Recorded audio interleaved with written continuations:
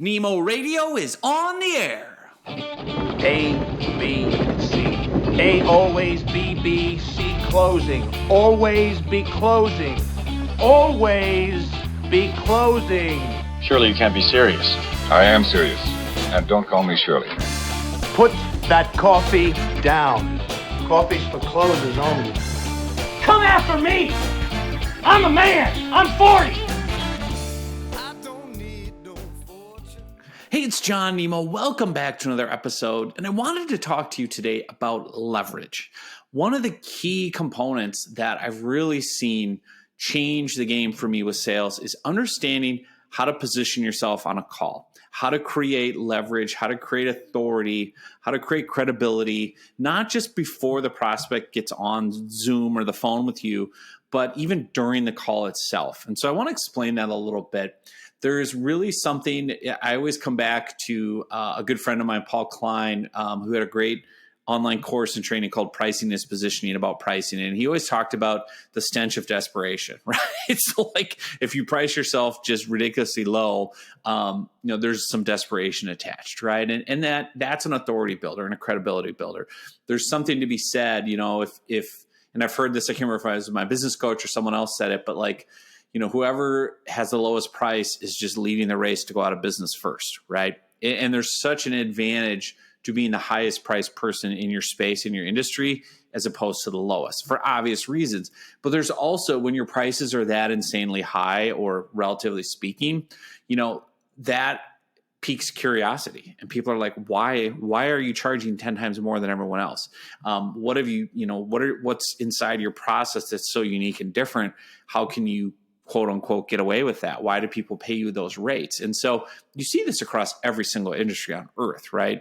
Look at cars, right? The range in price from cars, hotels, homes, all these different things, experiences, vacations, right? Airplanes, like anything can be priced differently. And you really want to build that best in class kind of brand. And so what's interesting, to kind of go back to the leverage piece of it, pricing is one point of leverage. And the way that I price is I basically say, well, I cost more than all the other LinkedIn lead generation agencies. And the reason is it's all custom. It's all custom. And oh, by the way, I do the work personally. So you get me, the guy that wrote all the books, the guy that's been doing it since 2012, all that, jazz. I literally do it personally. I interview you for an hour. I personally rewrite your profile. I personally write you, 2,000 to 3,000 word ebook. By the way, I've written 8 books. I've spent 25 years as a journalist. I've won all these awards. I've been in the New York Times. So you're getting all that credibility that I have as a writer and an author and, creative. And so that's why my pricing is what it is. And people are like, oh, okay, yeah, that's a lot different than having someone with AI or a team overseas just write copy and paste cookie cutter messages and whatever. So that's how you can kind of differentiate yourself with pricing, right? Is building a really strong brand to be like, well, think of it this way. The coaching industry, if I got Tony Robbins to personally coach me one-on-one, his rate is probably going to be more than a Tony Robbins certified coach who went through one of his programs, right? Or Joe coach down the street. So because Tony Robbins has built such a powerful personal brand. And if you look at how Tony Robbins built his brand, yes, he's this charismatic speaker but he's also written a bunch of best-selling books. He's constantly showing you associations of, oh, here he is, coaching a president. Here he is coaching a movie star. Here he is coaching a pro athlete. Like that's done intentionally so that you look at Tony Robbins and go, yeah, I want the same guy coaching me that coached a US president or coached a, NBA star. So there's all these different ways to build brand and build association. The other big piece with leverage on the actual sales call is how you start it. Like that's really, you set the tone right away. And it took me a long time to learn this because, again, depending on your mindset, which it all comes back to mindset, and your mindset is key with everything, is do you have an abundance mindset or do you have like a scarcity mindset? Like, I need the money, I need the deal, whatever it takes, I'm just going to try to close this deal, right? If you come in with that mindset, that scarcity mindset of, I don't know if I'll get another lead or whatever, you're going to compromise. You're going to let the prospect dictate everything. And you're going to end up typically with a bad client, not paying you what you're worth and being a real pain in your neck. And then it all goes bad. And so I've had to get to this place where I say, okay, I do have leverage, right? I have leverage in the sense of I do it all personally, so I can't scale myself. Like I've had different iterations of Nemo Media Group where I have had a whole team of copywriters and a team of editors and a team of strategists. And I've done that for years, and got results and whatever. And I've kind of come back to a place where I like it smaller. I like the creative work. So I like doing the profile. I like writing the ebook. Again, as a journalist, as an author, I love that stuff. I just enjoy it. So also that enables me to charge higher prices because if people come into my world through my books, through my videos, through my emails, through my content, they're like, wow, I get to hire the guy that literally wrote the book on LinkedIn lead generation to do my profile. Well, I'm sure that's not cheap, right? So again, you have that branding. So what I basically am able to say, I'm able to create leverage on that call. And even if you don't follow my exact method, you can still create leverage. Here's the simple thing is I basically start the call and I say, hey, it's great to meet you. Just so you know, this isn't like a typical quote unquote sales call. Like, the reason being, we don't take on every possible client we can work with. We do turn a lot of people away, which is true, by the way. And I say the reason being, I really win or lose based on client selection. And I've found over the years, very specifically, like I need to pick winning clients. I can't win with losers. And I really want to make sure you'd be a good fit for us. Obviously, grill me as much as you want about our process and everything we do, but I'm also going to grill you. And I do it with humor, right? I laugh about it. I'm going to grill you too, because, the reality is I've got to make sure you're a good fit for us. Since I'm going to, especially, and then I add this in, especially since I work with you personally, I got to make sure that I enjoy you and we get along and that there's trust and all these things. And most people then are immediately like, oh, wait, because the call I had today, the person started with this. They started with, well, listen, I'm here to evaluate whether or not I want to work with you. I've worked with all these other agencies and they haven't done squat and da-da-da-da. And I could tell they were coming in like, I'm in, the captain, I'm the authority. And I said, well, let me just stop you there. And then I just said what I just, did earlier on the podcast. Like, I don't work with everyone. Like, so don't worry. Like, I'm not going to necessarily take you on just because you want to work with me anyway. I have to grill you as much as you grill me. And so I started with like, what are the other agencies doing? Is what I'm doing enough, right? Different enough. And so basically what I did to the person, and this is something I've learned to do before the call, I make these done for you videos. So I make a video of our whole done for you process. I use Loom, LOOM.com. It's the best screen recording tool I've come across. And I basically make a screen recording. I say, hey, it's John Nemo. It's great to hear you're interested in our done for you services. And then I niche it. So it's like, if you're a franchise consultant, here's a video for you with a franchise consultant example. If you're a small business owner, here's a video with a small business owner example. If you're a coach, here's a coach example. If you're a consultant, here's a consultant example, right? And what I do is I take a current client or whatever, and I walk through A to Z, the done for you process. So here's an example of Bob. He's our franchise consultant client. Here's how the process worked with Bob. Here's what we did with his profile. Here's the strategy behind it. Here's the finished product. Next for Bob, we wrote a custom ebook. Here's what it looks like, finished and written. Here's what the text looks like. And then I do this and this and this and walk through the whole process so they see everything. So by the time they get on the call, they're like, they can know, oh, and that's what this guy said. He goes, yeah, I watched your video a few times. It's definitely very different than what other LinkedIn agencies did. So that's why I'm here. That's why I'm intrigued, because it looks a lot different. And I listened to him kind of sell himself then. He's like, because what you're doing, and he just repeated what I would have said, everything you're doing is so custom and everything is so personalized. And that's so different than people that do cookie cutter and copy and paste. And everything you're doing, I get to work with you personally as opposed to farming me off to a team overseas and not getting response. And I get the expert doing it and not some other. I'm like, exactly. Like, you want to be on my sales team? You're doing great, and that's where that leverage comes in. So they kind of are selling themselves on your process because you're saying to them, it honestly goes back to junior high. Like, when you liked a girl, you had to pretend you didn't like her to get the girl interested in you. Or if you liked a boy, you had to pretend you didn't like him, but you had to whatever, flirt with him just enough to get him to, it's like chasing, right? Like, we're interested in what we can't have. Or if you tell someone no, they say why, right? And they want to know why would you reject me? Why don't you want me? I'm attractive. Here, look at me as a client. Like, wouldn't you want to work with me? And that's the basic psychology behind this leverage point is like, well, I'm not going to work with just anyone. I'm not in a place where just because you can afford it, I'm going to take your cert. Like, you got to fit these criteria and meet these needs. And, I said recently on this call with a prospect, like, and there's some red flags with you, just being totally honest with you. And they're like, what? And I was like, this is a red flag. This is a red flag. This is a red flag. And to their credit, they were very self-aware, and they're like, yeah, that makes sense. Okay, I see that. Yeah, I need to clean that up. And absolutely, I'm just trying to convey my experiences in the past. I'm not saying you're going to be that way right now. Because I said to them, like, one of the red flags I have with people is they want to micromanage it, right? Like either you hire me and trust me to do the job, or you are going to just throw monkey wrenches and everything. It's like if I hired you to write a book and then I rewrote every page, what's the point of hiring an author, right? And they're like, yeah, I get it.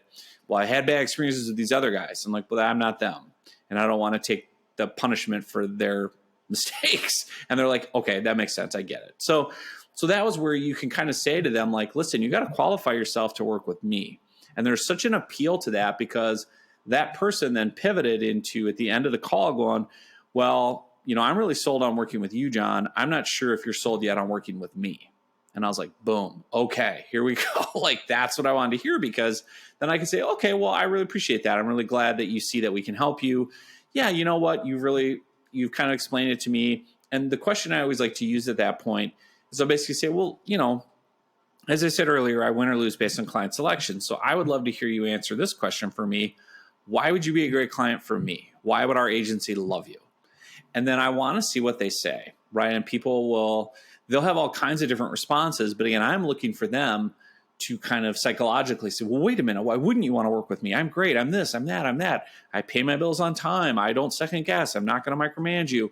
I can bring you other business because I'm going to do this and this. And I'm going to be the most attentive client you've ever had. And whatever you tell me, I'm going to do. And I'm willing to go above and beyond. And then you're like, okay. And then what I'll say to them is, awesome. Like, you've sold me on you as a client. All right, great. I'm willing to work with you. And then I laugh, right? Because of course they're going to pay me. So it's like, okay.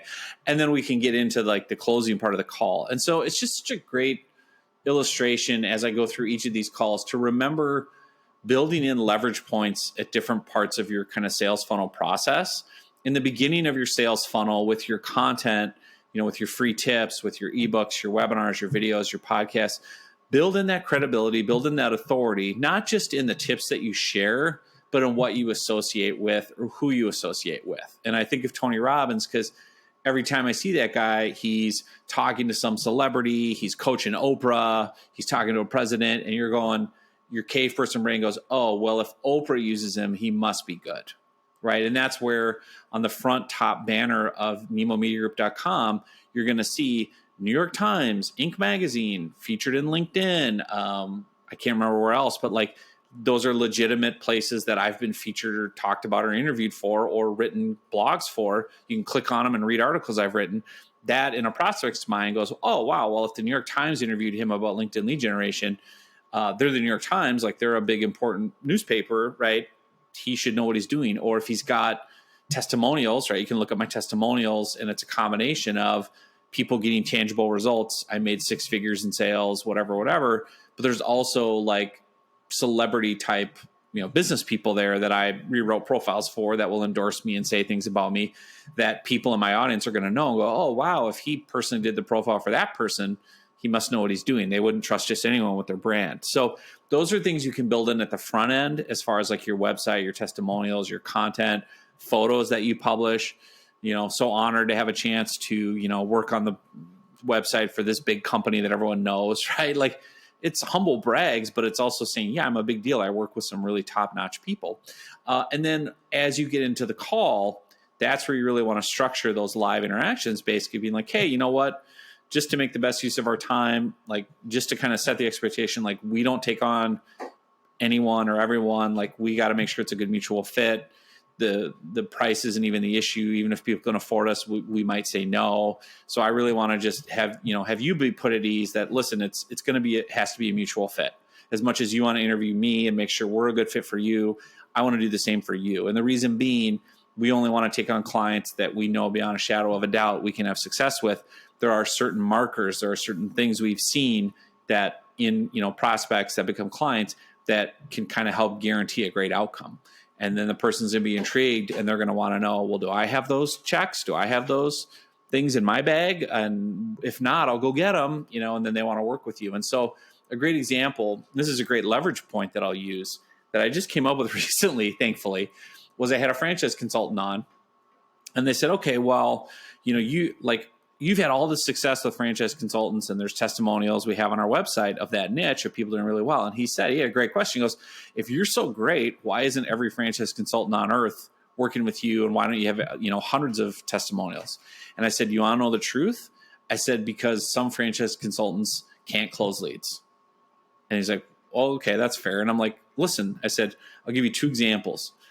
We have, I won't use their real names, but I said we have Bill. He's our first franchise consultant. In the last 6 months, from the leads I've generated for him on LinkedIn, and this is true, and I'll give you his real name if you want, if you're serious, he has closed $452,000 in business from us in the last 6 months. He's probably, I don't even know what his ROI is off us because he's not paying a whole lot. So, which is a great win, right? I mean, he's killing it. And I said, I have another consultant, Joe, who has made zero from us.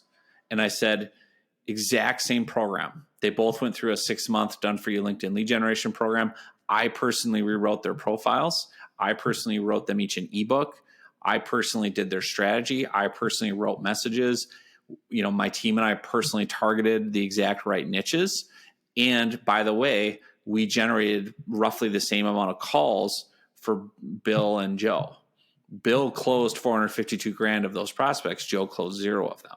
I said, so at the end of the day, it's not really about can I deliver, it's about can you deliver? And that's that leverage point to push it back to the prospect. Like, listen, in my situation, I'm doing lead generation. I'm not closing for you. I'm not selling for you. If I generate these leads for you, can you actually close them? Or will you be someone that isn't good at it, blames someone else, says, does the Glenn Ross, no, the leads are weak, these are bad leads. I'm like, they're the same leads, man. They're the same leads across the board for all the consultants, all the franchise consultants. The ones that are good, that have a good back end, that know how to move a person through the process, that are great at, conversation and communication and whatever, they're killing it. Like, that guy, Bill, is our best one. He's done $452,000. Other people have done $100,000, 3 multi-unit deals, whatever that is, so it just depends on you. Right. And there's other consultants that will talk a good game, but they can't close. They don't have a good back end. They don't follow up with the leads. Like, we gave you their name and number and said, text them. They want to talk to you right away today. Call them, and they don't call, or they don't respond. And it's like, that's where I look for. And that's, I say, so which one are you? Right. And of course you want them to say, well, I'm like Bill, I'm going to close everything in sight. And then you say, okay, well, if that's the case, then this should be a no-brainer, because 1 sale for you or 2 sales for you in 6 months would double your investment with me, and then that's where you see if they're really the legit person. Cause then they're like, yeah, okay, this is a no-brainer, let's roll. Or they're like, well, like I had one say to me, well, this is still a huge gamble. And I was like, well, the reality is, and I did the math for him. I said, first off, all marketing and lead generation is a gamble. Like, you can put a billboard up and have the best artwork ever. Da Vinci could do the artwork, right? You get to prove it all. We could know that we've counted the amount of cars that drive that billboard every day, and they come from these affluent neighborhoods, and they all have these jobs based on where they live. I said, but there's no guarantee that anyone's going to call the phone number on the billboard or visit the website. Like, there's no guarantee, right, that we can have our best educated guess, but it's still a risk, right?